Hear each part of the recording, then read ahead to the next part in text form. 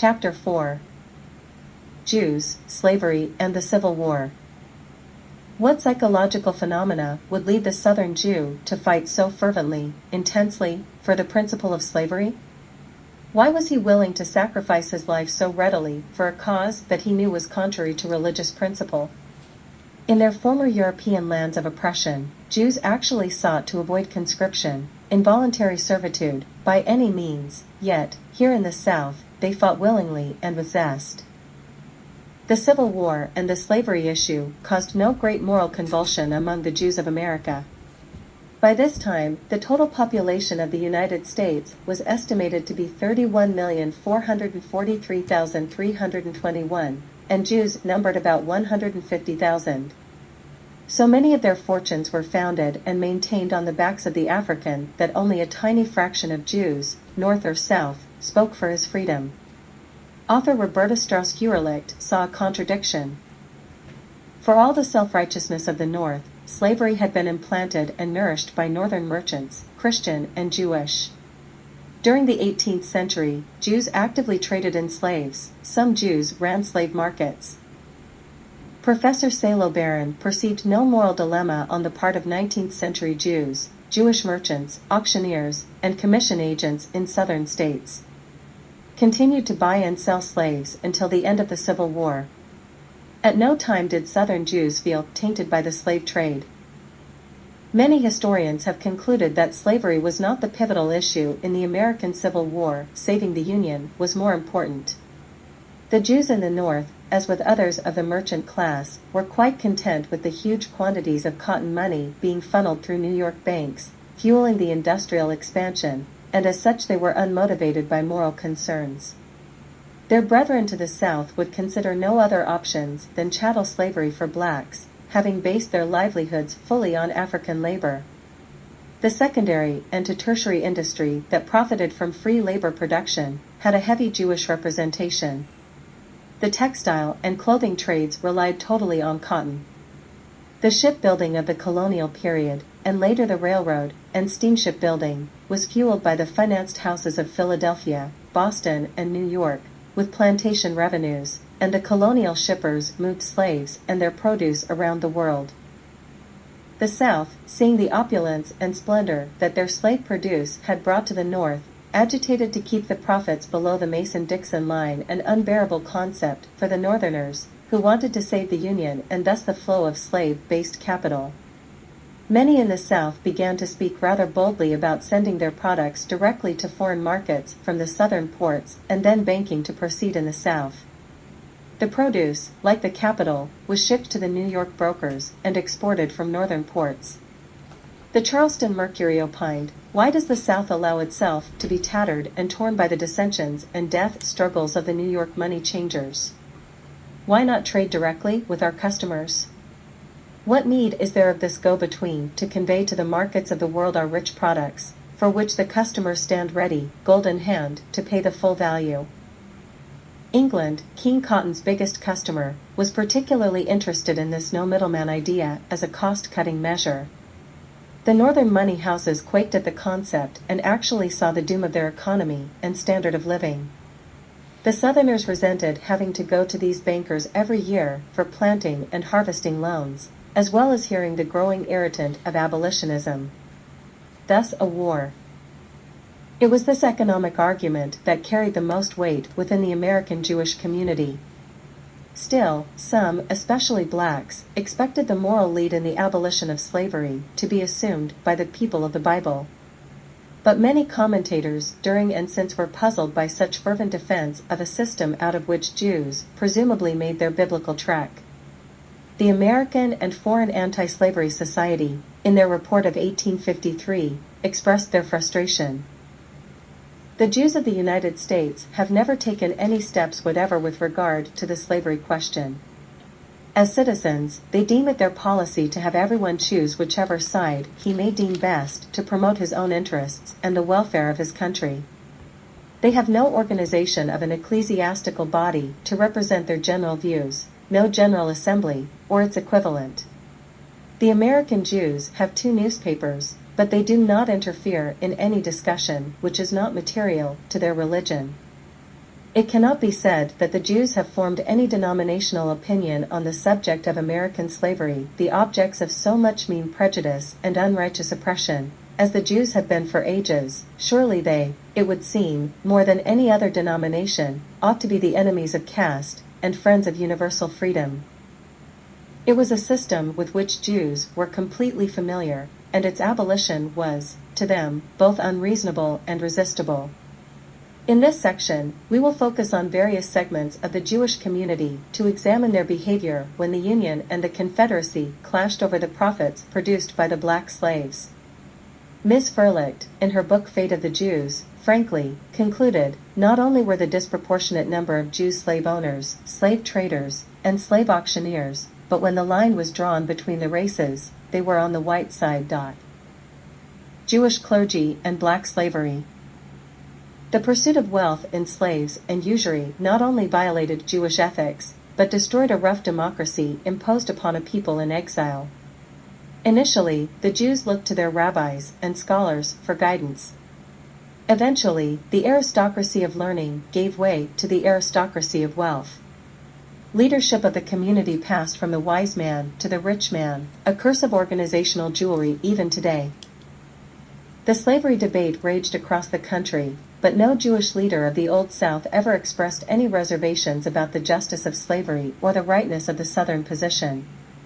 Jewish clergy did not even discuss black slavery until 1860, and then primarily in support of it. Arthur Hertzberg sums up their position. As was to be expected, the Jewish clergy in the South, without exception, endorsed the Confederacy. These preachers, most of whom were quite recent immigrants from Germany, summoned up great passion in their defense of states' rights. They repeated the conventional platitudes of that day, that the black race was incapable of taking care of itself, that slavery was a way of discharging the responsibility of whites towards their childlike inferiors. Reverend J. M. Mitchell-Baker was completely convinced of the justice of Negro slavery, and Rabbi George Jacobs of Richmond, Virginia owned and rented slaves. Rabbi Raphael called those who opposed slavery blasphemous. Reverend A. Grundberg of Rochester wrote a letter complaining of the high-standing politicians who are very zealous for the half-citizen Negro, but so liberal against our nation. Rabbi Simon Tuska of Memphis and James K. Gutheim of New Orleans both defended the enslavement of blacks to their congregations.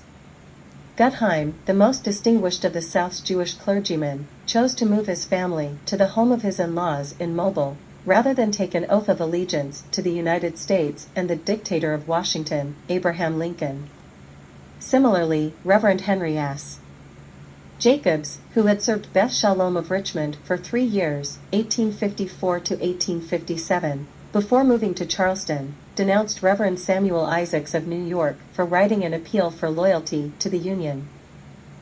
All 21 Southern Jewish congregations were staunchly Confederate. Of those in the North, there is no record of any official rebuke of the slave system. Kaganoff and Yurovsky's turned to the South. The Northern Rabbinate remained divided on the issue. Isaac Leeser, living in Philadelphia, but with strong ties to Richmond, tried hard to remain aloof and neutral and was condemned by both sides. Rabbi Bernard Illowy, distinguished leader of Baltimore's Orthodox Jew congregation, defended the status quo. Though he did not preach secession, he did declare his open sympathy for the secessionists and their Negro property rights. Who can blame our brethren of the South for seceding from a society whose government cannot or will not protect the property, rights, and privileges of a great portion of the Union against the encroachments of a majority misguided by some influential, ambitious aspirants, and selfish politicians who, under the color of religion and the disguise of philanthropy, have thrown the country into a general state of confusion, and millions into want and poverty? Illowy, as with the other slave-making religionists, turned to the Bible for justification. Why did not Moses prohibit the buying or selling of slaves? Where was ever a greater philanthropist than Abraham, and why did he not set free his slaves? When federal troops occupied New Orleans and military authorities ordered all citizens to take the oath of allegiance to the United States or go behind the Confederate lines, the rabbis and most of his congregation refused to take the oath and were deported. The rabbis were already enforcing a system of apartheid within their places of worship that was entirely compatible with their public positions on the issue. The rules of Southern Jewish synagogues, says Joseph P. Weinberg, writing to American rabbis, reflect a clear and concise desire to exclude blacks from Jewish fellowship. Dr. Jacob Rader Marcus writes that Richmond's Beth Shalom, or House of Peace, the most democratic of all the nation's synagogues, was dedicated to peace and friendship, and yet membership was restricted to any free man. This stipulation, he said, would seem to be directed against Negro slaves who might be attracted to the synagogue of their masters. Likewise, in the 1820 Constitution of Beth Elohim of Charleston, people of color were excluded from membership. These positions, taken by the rabbinate, reflected rather than contravened the views of their congregants, according to Henry L. Feingold of the Jewish Theological Seminary of America, who added that in general, Jews shared the unfavorable views of the Negro, which was at the base of the slave system. During the antebellum period, Southern Jewish congregations in Richmond, New Orleans, and Charleston specifically indicated in their constitutions that membership was restricted to white Israelites. One of the most respected rabbis in America, Max Lilienthal of Cincinnati, agreed with most of his colleagues that the abolitionists were incendiary radicals who were bringing the nation to the brink of disaster.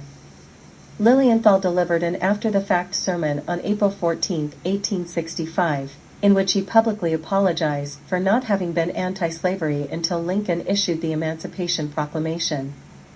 When a lay member of the chosen community wrongly believed Lilienthal to be an abolitionist, he sent to Lilienthal a picture of the rabbi with a note scrawled across the front. Sir, since you have discarded the Lord and taken up the sword in defense of a Negro government, your picture that has occupied a place in our Southern home, we return herewith, that you may present it to your black friends, as it will not be permitted in our dwelling. Your veneration for the Star-Spangled Banner is, I presume, in your pocket, like all other demagogues who left their country for their country's good. I shall be engaged actively in the field and should be happy to rid Israel of the disgrace of your life. Be assured that we have memories, our friends we shall not forget. Should you ever desire to cultivate any acquaintance with me, I have affixed my name and residence, and you may find someone in your place who can inform you who I am. Jacob A. Cohen, New Orleans, Louisiana CSA. This is indicative of the immense pressure that the Jewish religious leaders were facing from the at-large Jewish population, who, by all accounts, were squarely, in favor of maintaining black slavery in America. Jews and abolitionism. The Jewish scholars can find but a few sentences of Jewish protest over the plight of the black slave. It is now clear, writes Dr. Marcus, that most antebellum Jews, those in the North as well as in the South, cared little about the moral issues of human bondage. Jews not only accepted this doctrine, Dr. Korn admits, but some of them helped to formulate and circulate it. Those few Jews who stood against the institution of slavery were scorned and rebuked most harshly by their own brethren in the synagogue. Even the anti-slavery Jews opposed the spread of slavery not out of sympathy for the condition of blacks, but because it was a threat to their jobs. For every sensible farmer knew that his laboriously conquered farmland would lose enormously in value if a plantation worked by Negroes could be established on the land adjoining it. At its height, the abolitionist movement was more smoke than real strength. When it ventured into the political arena as the Liberal Party, it received only 65,000 votes out of a total of 2.5 million ballots cast. We should not be surprised to discover that there was not a single abolitionist among the Jews of the South, wrote Dr. Korn. Another author wrote that in general, Jews were everything in the Old South except abolitionist. They profited economically and psychologically from slavery, says Sokolow, and even in northern and midwestern abolitionist territory, Jews also maintained a discreet silence on the subject. Prior to 1848 and the immigration of German Jewish political liberals, there were Jews interested in the manumission societies, but their numbers were pitifully small. The protection of blacks was among the primary aim of these associations, and some, like the Society for Promoting the Manumission of Slaves, acted in defense of blacks against Jewish masters. The minutes of meetings describe actions taken against Solomon, a Jew, Moses Gomez, a Mrs. Judah, the wife of either Aaron or Carrie Judah, Jacob, Levi, Simon, Moses, and Levi Hyman. Jews sat out this battle over slavery in favor of the status quo resolution. In a weak nod to the edicts of their own religion, some like Louis Stix expressed sympathy for the plight of blacks, but did nothing to promote their liberation. Though he classified himself as an outspoken opponent of all involuntary servitude, he still advocated gradual emancipation and a governmental indemnity for his Southern neighbors for their pecuniary, economic losses in parting with their slaves. Except the Orthodox Rabbi Sabato Mori of Philadelphia, there were no Orthodox Jews in the anti-slavery movement. Ernestine Rose, however, the Polish-born daughter of a rabbi, ordered something other than silence. Even if slaveholders treated their slaves with the utmost kindness and charity, if I were told they kept them sitting on a sofa all day, and fed them with the best of the land, it is none the less slavery, for what does slavery mean? To work hard, to fare ill, to suffer hardships, that is not slavery. For many of us, white men and white women have to work hard, have to fare ill, have to suffer hardship, and yet we are not slaves. Slavery is not to belong to yourself, but be robbed of yourself. Regrettably, Jewish voices of abolition were few and unheeded. God supports slavery? No events caused the forces of bondage to rejoice more than when Rabbi Morris Jacob Raphall of Congregation B'nai Jeshurun in New York issued a sermon that was to become known as the Bible Defense of Slavery. On January 4, 1861, he preached the most publicized sermon ever delivered by an American Jew up to that time. Said he, "It remains a fact which cannot be gainsaid that in his own native home, and generally throughout the world, the unfortunate Negro is indeed the meanest of slaves. Much had been said respecting the inferiority of his intellectual powers, and that no man of his race has ever inscribed his name on the Parthenon of human excellence, either mental or moral. What he did," Dr. Korn wrote, "was to place Judaism squarely in opposition to the philosophy of abolitionism, and insisted that biblical tradition and law guarantee the right to own slaves. This critical confirmation of God's will from a prominent and respected Jewish authority, indeed the highest paid American clergyman, gave the slave master all he needed to fight the righteous battle against the abolitionists." Raphall went a step further and actually condemned abolitionism and its practitioners. Rabbi Morris Jacob Raphall: "How dare you, in the face of the sanction and protection afforded to slave property in the Ten Commandments, how dare you denounce slaveholding as a sin? When you remember that Abraham, Isaac, Jacob, Job, the men with whom the Almighty converse, with whom names he emphatically connects his own most holy name, and to whom he vouchsafed to give the character of perfect, upright, fearing God and ensuing evil, that all these men were slaveholders, does it not strike you that you are guilty of something very little short of blasphemy?" He accused the abolitionists of being impulsive disclaimers, gifted with great zeal, but little knowledge, more eloquent than learned, better able to excite our passion than to satisfy our reason. To Rabbi Raphall, slave property was placed under the same protection as any other species of law property. Slave ownership was not only lawful, but a religious obligation. A Southern rabbi praised Raphall for the most forceful argument in justification of the slavery of the African race. The Southern press played Raphall's proclamation prominently and often, for one of the chosen had cleared the moral obstacle from perpetual slavocracy. The Richmond Daily Dispatch called Raphall's pro-slavery doctrine the most powerful argument delivered. The Charleston Mercury hailed his message as defending us in one of the most powerful arguments put forth North or South. After all, writes Robert Friedenberg, his explanation is clear, plausible, and entirely consistent with the trust of Hebrew commentary, and compares favorably with the pro-slavery sermon delivered from Christian pulpits. His speech was so well received that 2 weeks later he repeated it and raised funds for its issue as a pamphlet. Raphall was made an honorary member of the American Society for Promoting National Unity, a group of pro-slavery Northerners and Southerners whose membership included his co-religionist Rabbi George Jacobs, James Guttheim, and J. Blumenthal. Rabbi David Einhorn, the voice of Judaism. As the rabbinate lined up with the commandment of their pro-slavery national leader, Rabbi David Einhorn was the lonely Jewish voice of abolition. Described by Henry L. Feingold as the only noteworthy Jewish rabbi opposed to slavery, Einhorn was indeed a lone voice, for which he paid a heavy price. As editor of the German-language newspaper Sinai, he consistently reminded his Baltimore readers of the evils of slavery. Einhorn's eloquent rebuke of the evil institution found no sanction, however, among the Jewish community. Even as the community of abolitionists welcomed him into their ranks, the Jews of his own congregation rejected his uncompromising stand on the issue.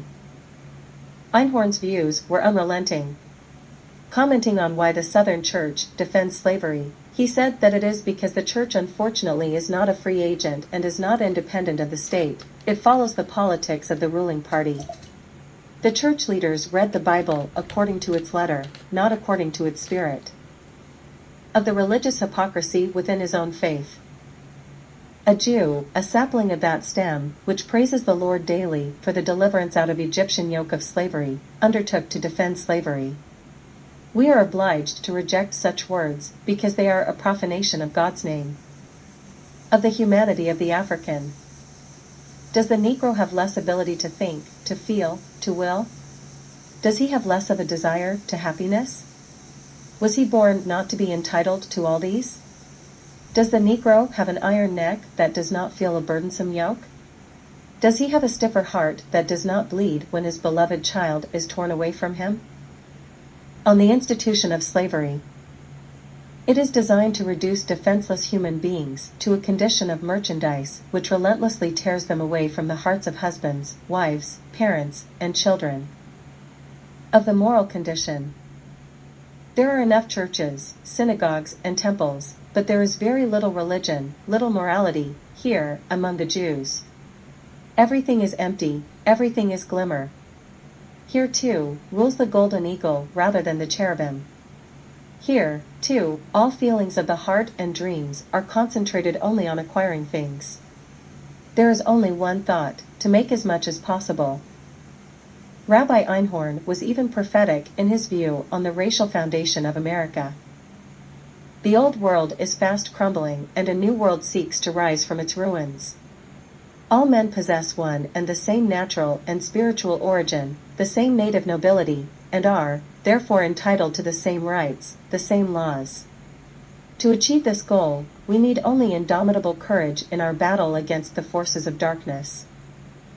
America of the future will not rest on slave chains or belittling its adopted citizens. It will also give up its disinterestedness in the fate of other people of the world.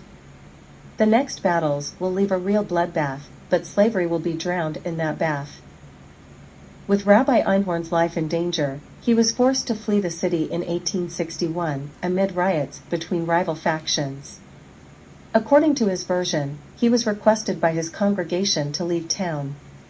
In his correspondence with a supporter, Reuben Oppenheimer, Einhorn points an accusing finger against his opponents at his own temple. There is nothing so loathsome, indeed, than this riffraff of bacon reformers.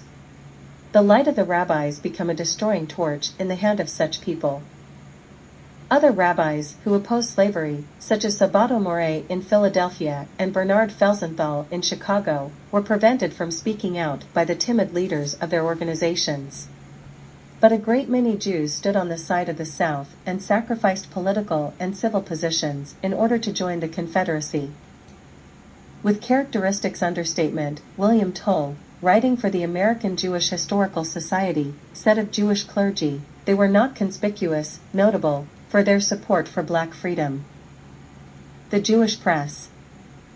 The Jewish press weighed in with its option on the matter of black slavery and of the character of the African as well. Again, the abolitionists were bitterly disappointed. The Jewish Record of January 23, 1863. We know not how to speak in the same breath of the Negro and the Israelite.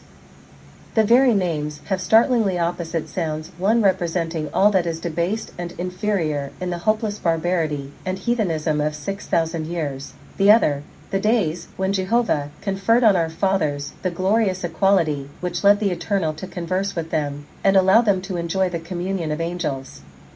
Thus the abandoned fanatics insult the choice of God himself, in endeavoring to reverse the inferiority which he stamped on the African, to make him the compeer, even in bondage, of his chosen people.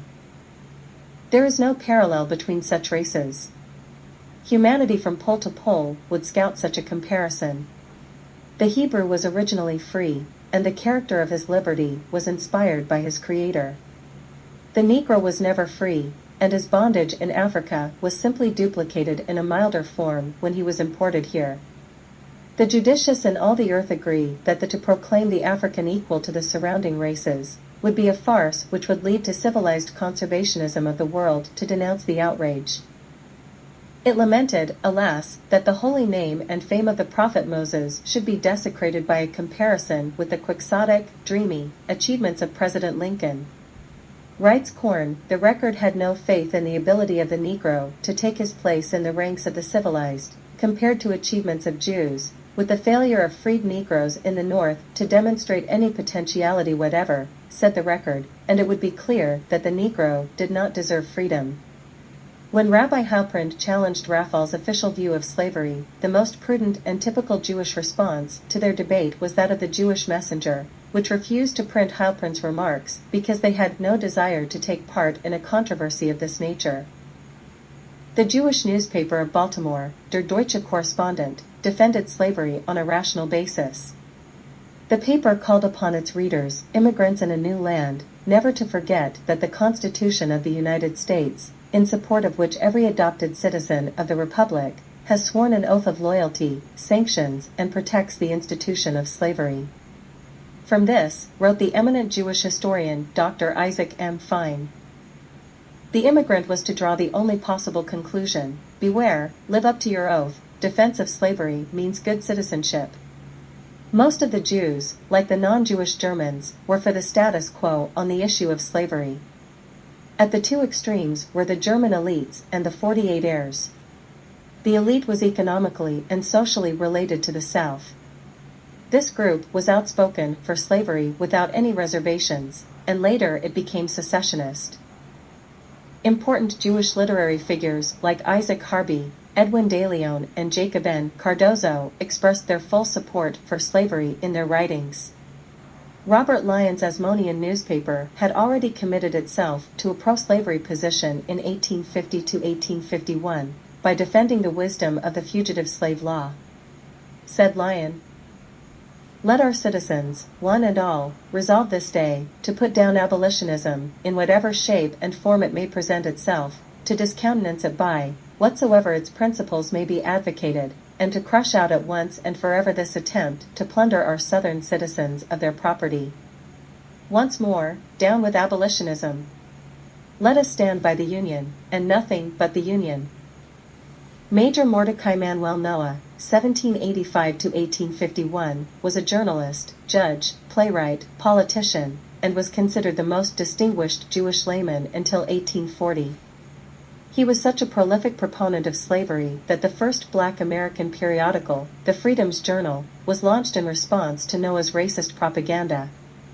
In 1846, he ordered to put up 2/3 of the money to publish a racist newspaper. He actually defended slavery by calling it liberty. There is liberty under the name of slavery. A field Negro has his cottage, his wife and children, his easy task, his little patch of corn and potatoes, his garden and fruit, which are his revenue and property. The house servant has handsome clothing, his luxurious meals, his admitted privacy, a kind master, and an indulgent and frequently fond mistress. He argued bonds of society must be kept as they now are, and that to emancipate the slaves would be to jeopardize the safety of the whole country. The Freedom's Journal called Noah the black man's bitterest enemy, and William Lloyd Garrison, the leading white abolitionist, called him the lineal descendant of the monsters who nailed Jesus to the cross. Jewish public opinion. Those Jews who took a stand stood with slavery, while other Jewish organizations vacillated, wavered, taking no forthright position in the midst of the national crisis. Rabbi Korn.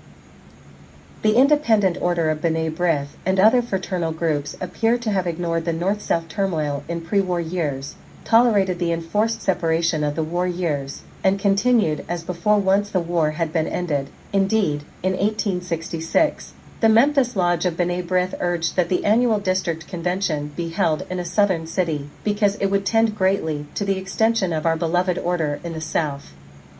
The Board of Delegates of America's Israelites discussed only Jewish subjects during its few pre-war years, and hardly even met during the period of the war. It was a weak, incomplete organization altogether, but its leaders were moderates who would not for an instant have injected into its proceedings. Presumably, the Civil War divided the country, pitting brother against brother in a bitter ideological battle. Not so among the country's Jews, who carried on lively interactions, social and commercial. Northern Jewish congregations responded generously to the call for help from their brethren in the Confederacy. In 1865, says Feingold, the Jewish communities of Philadelphia and New York shipped 2.5 tons of matzahs, and special unleavened bread required for the Passover holidays, to the Jewish congregations in Columbia and Charleston in South Carolina. In the West, Jewish loyalties were questioned. One editor reported confidentially on the composition of a local secessionist movement. They were mostly Mormons, Mormon apostates, who were even worse, gamblers, English Jews, and the devil's own populace to boot. A Union major was dispatched to San Bernardino and reported that of the approximately 1,500 inhabitants of the town, about 1,000 were Mormons. The remainder consisted of a few responsible Americans, and a good many Jew merchants who controlled the business of the town and go along with any side that pays best for the time being. In Los Angeles, the election in the fall of 1861 fulfilled the Unionist fears as the secessionists swept to victory. The News, September 6, 1861, appalled at the outcome, turned in anger upon Jewish Democrats. The Union Party has been utterly defeated in this country. Secession and disunion have carried the day, and years of repentance cannot wash away the stain. Nearly the whole of the Jewish population of this city voted the secessionist ticket, and we sincerely believe many of them will leave the rue the day they did so. That a foreigner should come from a land where he is no better than a serf, having no choice in the selection of his rulers, should come here and give his vote and influence against our government, and in favor of the same state of affairs he left behind in the old world, seems passing strange. The Jewish community responded by branding the newspaper anti-Semitic, drawing from the news an angry rebuke. It is not denied that nearly the whole of the Jewish population voted the disunion ticket. How strange does it seem then, that foreign-born citizens should give their newly acquired vote and influence against the free and liberal government now in existence, and favored the schemes of Davis and his co-conspirators. The charge that we have desired to awaken religious persecution against those of the Jewish faith is false. We mentioned them because, compromising so large a body of our voting population, they had nearly all voted the disunion ticket. We chronicled the fact, and it has not been nor cannot be denied.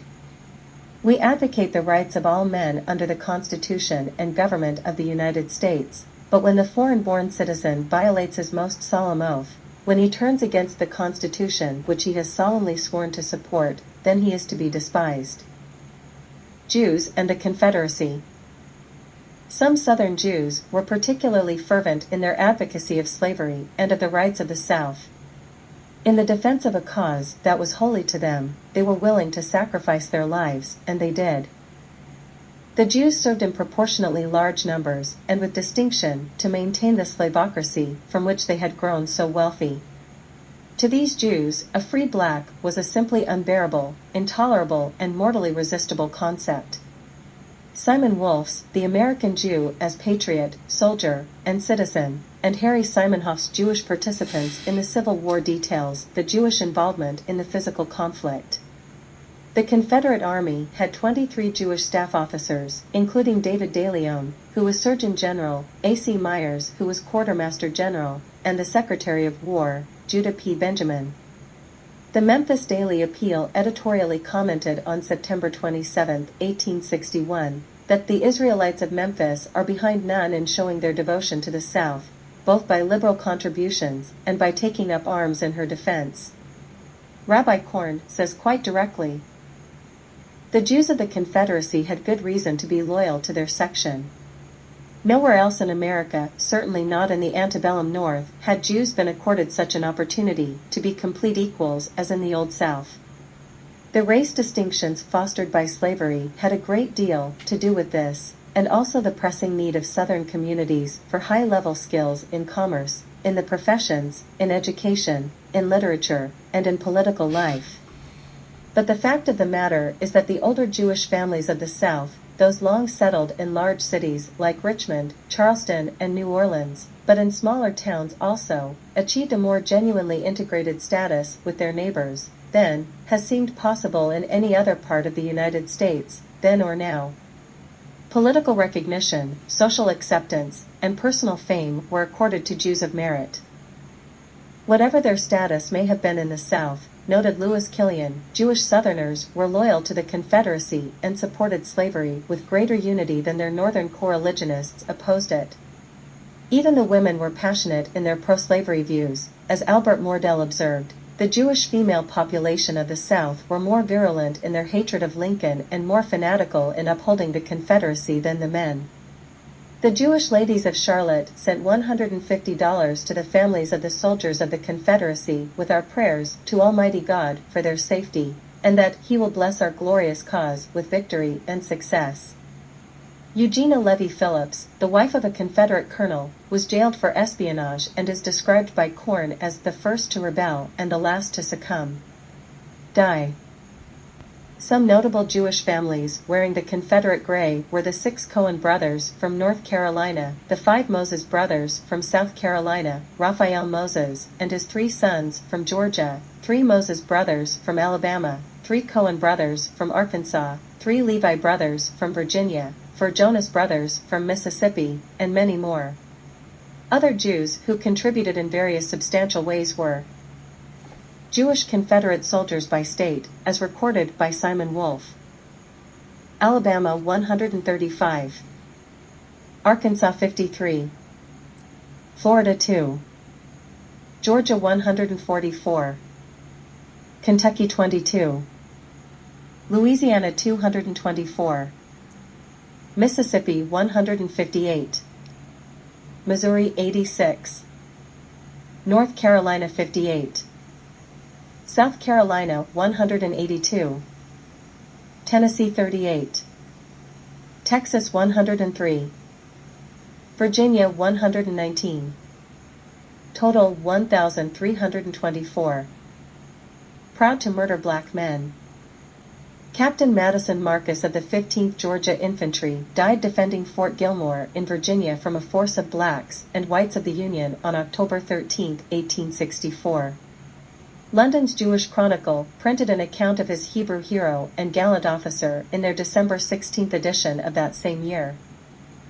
Captain Marcus instructed his men to reserve their fire until the enemy were almost upon them, at which time he gave the order, and more terrible fire from cannon and ringing rifle ever greeted any foe.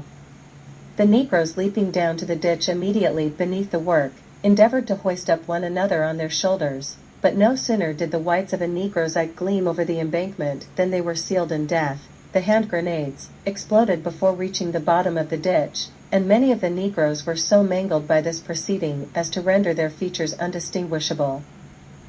Jews and the economics of the Civil War. The Jewish peddler received a hearty welcome from the planter on the balcony and the grinning servants of the lawn.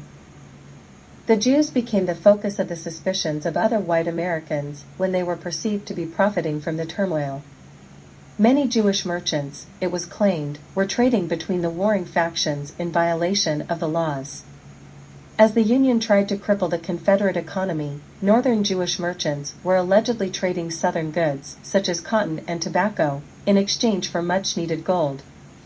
Confederates used the gold to buy weapons and ammunition, food and medical supplies, which, in addition to strengthening the rebels, fueled their economy and prolonged the war. Certainly, the Jews were well placed in the regional economy to engage in this activity. Jews in the South were of the merchant class, having developed a separate and distinctive accommodation to the plantation economy. The Southern planter depended upon these merchants to move their produce to market, as well as for a source of supplies and financing. Jews had become commissioned merchants, brokers, auctioneers, cotton wholesalers, slave clothing dealers, and peddlers, keeping the slave economy oiled with money, markets, and supplies. These rural merchants, a disproportionate number of whom were Jews, brought much of their inventory from the cities, and the credit they extended to their customers likewise rested on financial sources in the city, including the Jewish wholesalers and money lenders in the north. This middleman positioning of the Jewish merchant gave them immense influence and leverage within the Southern economy. It was also the primary reason why Jews north and south almost unanimously supported the pro-slavery interests. In the Midwest and in the border states, Jewish wholesale houses had many customers in the South, and they were not ready to interrupt their cash flow for Negro freedom. When the war broke out and the Union embargo made trade with the South illegal, prices for the restricted but essential items skyrocketed in the South. Opportunities for immense profit from the smuggling and contraband trade with the Confederate States enticed many Jews to partake. Author and historian Isaac M. Fine's review of the evidence includes this analysis from the memoirs of a Jew, Simeon Hecht. Fortunes were made quickly in these days. There was a great deal of speculators, notably some of our leading coreligionists. Money became plentiful. Some men arose from obscurity and became multimillionaires in a very short time. There were great opportunities to commit excessive frauds. It was a noted saying at the time, and according to my opinion, a very true one, that the war could have been ended in 2 years if it had not been for the Wall Street speculators. The pie was too full of plums to be eaten at one sitting. Among the speculators were some of our coreligionists. There was no shortage of observers of the phenomenon who incriminated the Jew traders. The New York Tribune, Herald, and Commercial, the Patterson Press, the Missouri Republican, the Chicago Tribune, and the Detroit Commercial Advertiser were only a few of the newspapers which alleged that the Jews were responsible for the speculation in gold. All Jews are gold speculators. The Jews are engaged in destroying the national credit and running up the price of gold. Those hooked nose wrenches speculate in disaster. The great minority of those engaged in gold speculation are of the Jewish race. The New York Dispatch reported that if you walked to the corner of William Street and Exchange Place, all you would see were the descendants of Shylock, and all you would hear would be up to 65, up to 71. Mein God, it will go up to 100. A writer in Harper's Weekly denounced all Jews as secessionists, copperheads, and rebels, while Southerners accused them of being merciless speculators, army slackers, and blockade runners across the land frontier to the north. A soldier newspaper, Corinth War Eagle, August 7, 1862, published in the town that held General Ulysses S. Grant's headquarters, called Jews sharks feeding upon the soldiers. Even Union Army officials began to lodge frequent complaints about the Jewish traders. In 1861, Treasury Agent William P. Mullen and Lieutenant S. Ledyard Phelps denounced the Jews of Paducah, Kentucky. As United States forces advanced southward in 1862, Brigadier General Leonard F. Bross blamed Jews for the illegal cotton trade. Major General William T. Sherman, Major General Samuel R. Curtis, Brigadier General Alvin P. Hovey, and Major General Stephen A. Hurlbut all registered complaints against the illicit trade, and specifically, that of the Jews. Colonel C.C. Marsh even expelled a dozen Jewish cotton buyers for dealing in Southern money and depreciating United States Treasury notes. James Grant Wilson summed up their complaint against the smugglers. This business was carried on in good part by Jews, desperate for gain, who often succeeded in passing our pickets under cover of night. Many a midnight chase we have had after the Memphis smugglers, and many an ambulance, drawn by a pair of horses or mules, and loaded down with well-filled trunks, containing medicine and other contraband articles, did we capture, which were endeavoring to escape to the Confederates, after evading the cavalry and infantry pickets posted around Memphis. The charges persisted, but so did the profit.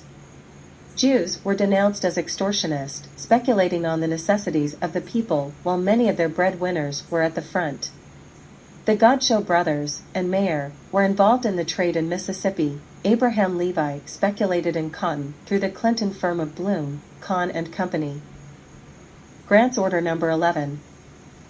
Those Gentiles losing their lives at the battlefronts were unimpressed with the newfound Jewish prosperity.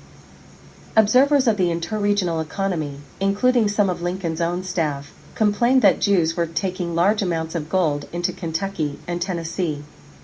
Not only was this speculation a problem, it soon was suspected that the cotton agents themselves were going from behind the Union lines to the Confederate areas and coming back and spreading information that should not have been put in the hands of the enemy. These agents, writes U.S. Grant, 3, seem to have been mostly Jews, and have been generally spoken of as such, although there were undoubtedly some who were not Jews. It was this perception, and after the issue of warnings against the illicit trade, that Ulysses S. Grant issued what became known as Order Number 11 on December 17, 1862. Headquarters, 13th AC Department of the Tennessee No. 11, Holly Springs, December 17, 1862. The Jews, as a class violating every regulation of trade established by the Treasury Department, and also department orders, are hereby expelled from the department within 24 hours from the receipt of this order.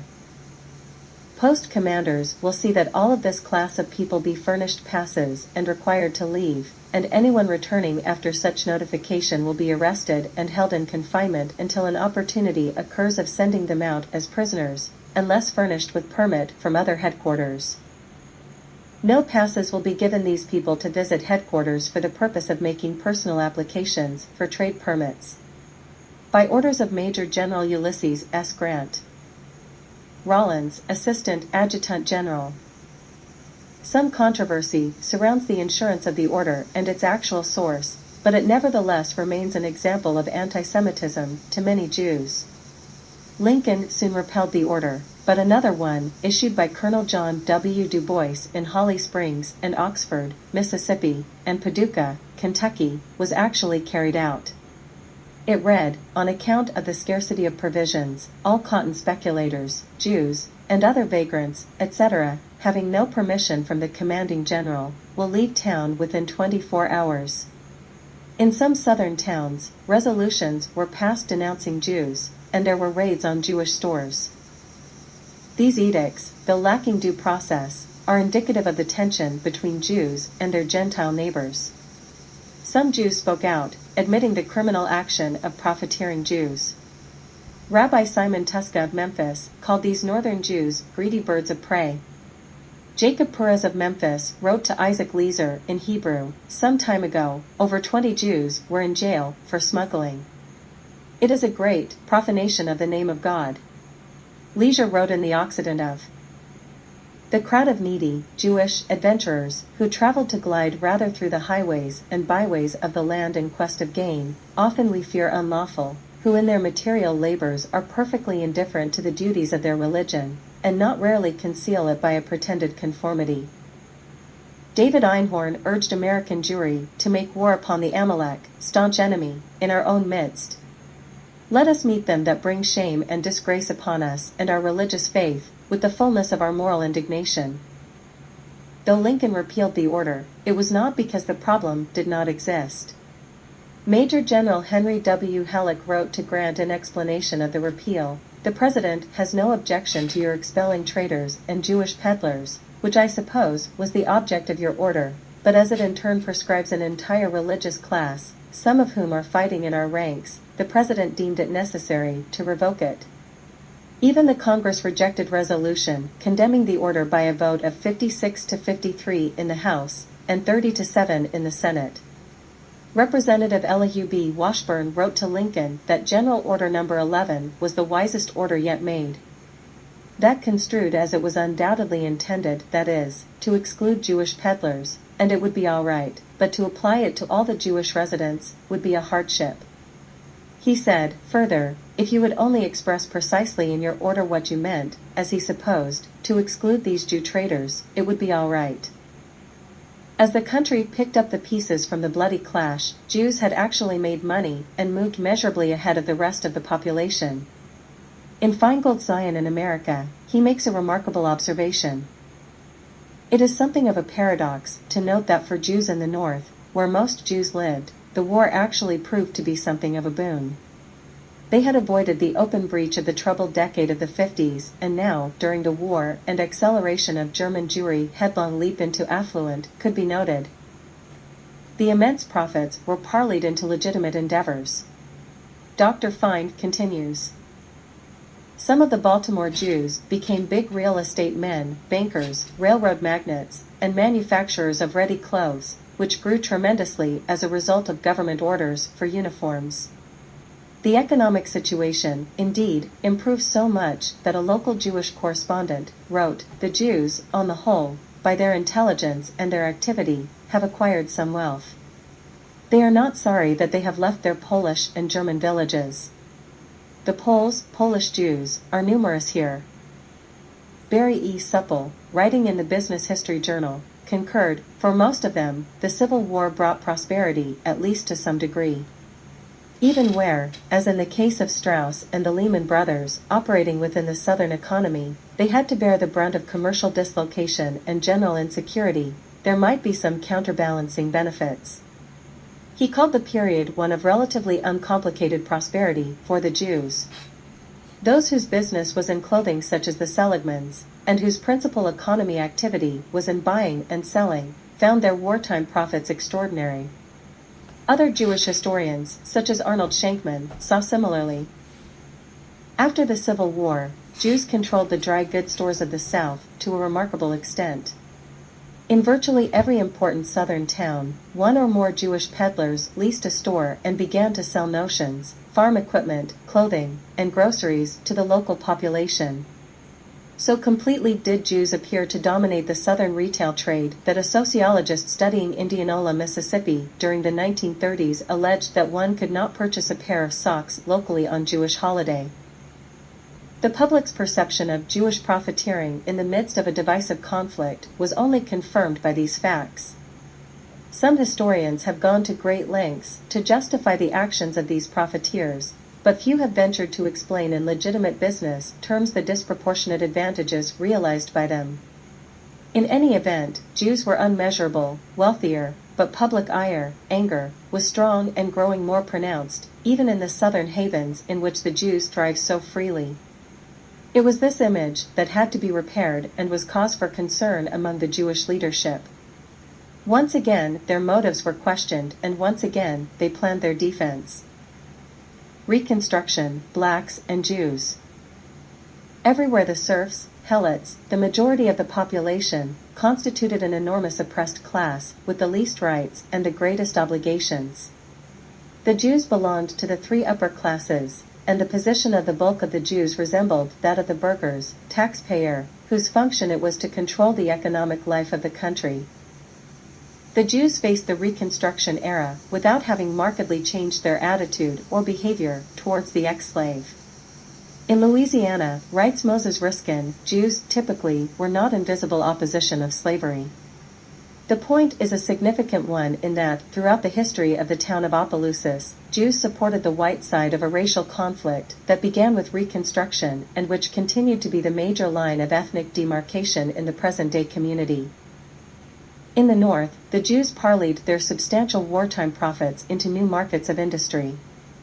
In the age of the great industrial expansion, Erich Hirschler writes of the German Jews, their role was outstanding in three particular economic areas: in the textile and clothing field, clothes made by slaves, from slave-picked cotton; in banking and finance, usury, money laundering; and in the development of a new kind of merchandising, such as the department store and mail-order business. Profit from clothes made by slaves at no cost to the Jew. This move into legitimate markets left them with control of 90% of all wholesale clothing in New York and 80% of all retail clothing stores. Investment banking was the domain of a remarkable group of German Jews based in New York, whose names are synonymous with high finance to this day.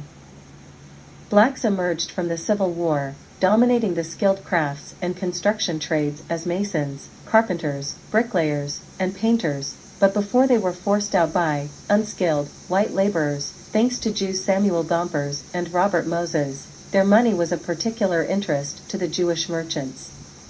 For this reason alone, Jews tolerated the black consumer to a greater extent than did their Gentile counterparts, and their businesses were crammed with Negroes. This post-slavery direct contact between Jewish merchants and black consumers marked the beginning of the modern era relationship and its subtle duality. Jewish establishments, on one hand, were the primary outlet whose doors were open to blacks, but, on the other hand, the feigned, artificial, relationship was frequently counteracted by bitter, one-sided hostility.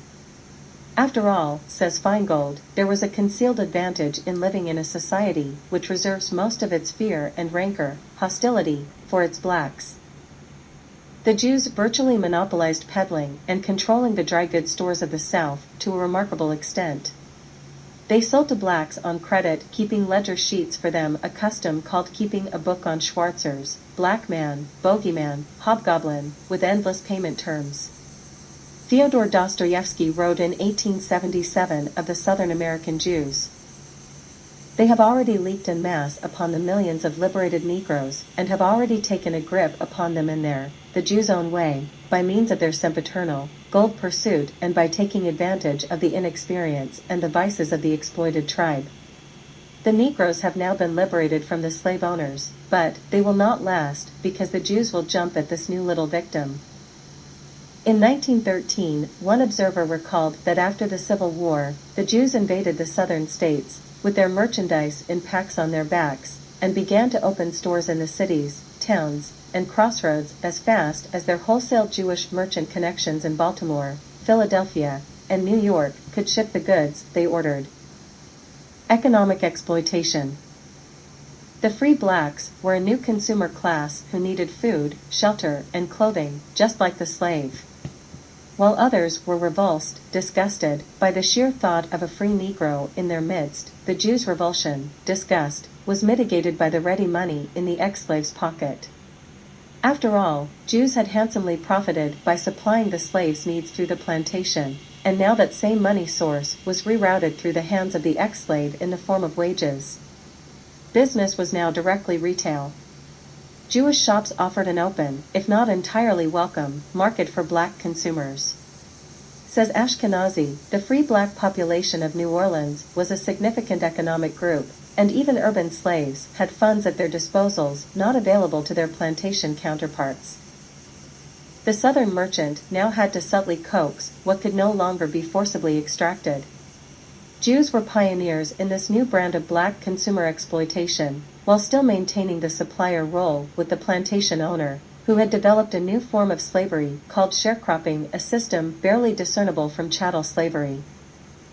Meanwhile, the terror that characterized legal slavery was paired with a contempt for the ex-slave to maintain a psychological slavery, and again, the Jews could be seen as beneficiaries. The Jews imbibed, swallowed, generously of its persuasive racist sentiment, admits Feingold, and participated in the ritualized violence formalized in its code duello. A code duello is a set of rules for a one-on-one combat, or duel. Codes duello regulate dueling and thus help prevent vendettas between families and other. They were free from the persuasive anti-Semitism because Southerners were so deeply prejudiced against Negroes and Catholics that they had little room to hate Jews. In fact, Jews became firmly rooted in the social and economic fabric of the region. A report by the American Jewish Historical Society concluded that, contrary to popular notion, the Jewish merchant found the South almost as good a base of operation as the East. It said that Southern Jews were members of the lodges, served on all sorts of boards and committees, were sources of advice, and oftentimes gave a sound leadership in the organization of banks. To a great extent they set the style of their communities, because they had the outside purchasing contracts, from which they imported new goods and styles into their trade. The land and the lean. In the midst of this assault and the hardening of Jim Crow, the black man tried to maintain a foothold on the American dream, but found the Jewish merchant class unwilling to offer a hand. The Jews were charged with overpricing their goods, of selling cheap and shoddy merchandise, of charging exorbitant rates of interest, of discriminating among their customers, and generally of driving the Southern farmer into complete failure, and some of these charges in specific instances no doubt were true. These merchants engaged in a form of legal land theft that secured thousands of acres in the name of debt service. The lien laws of the South were the credit instruments that allowed the poor farmer to purchase planting supplies on credit until the harvest. A tool, a mule, a seed in exchange for a lien on the farm. When the payment was late or if the crop failed, the entire farm could be foreclosed and taken by the merchant, all for the fraction of its actual worth. Jews were the prevalent wholesalers, and as such extended credit, and were represented in substantial numbers in banking throughout the South. Some of these bankers and merchants abused the opportunity by actually speculating in foreclosures. Thomas D. Clark apologetically explains the process.